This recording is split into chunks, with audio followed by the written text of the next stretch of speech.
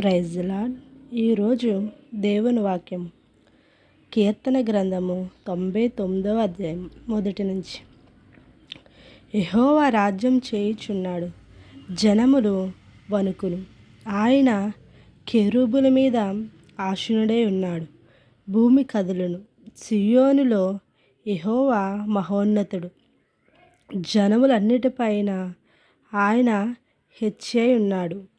భయంకరమైన నీ గొప్ప నామమును వారు స్తుతించెదరు. యెహోవా పరిశుద్ధుడు.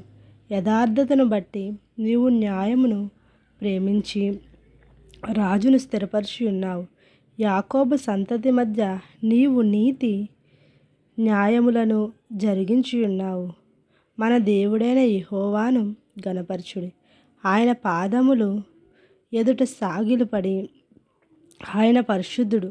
ఆయన యాజకులలో మోషే అహరోనుల నుండి ఆయన నామమును బట్టి ప్రార్థన చేయు వారిలో సమూయేలు ఉండెను. వారు యెహోవాకు మొరపెట్టగా ఆయన వారికి ఉత్తరమిచ్చెను. మేఘ స్తంభము నుండి ఆయన వారితో మాట్లాడెను.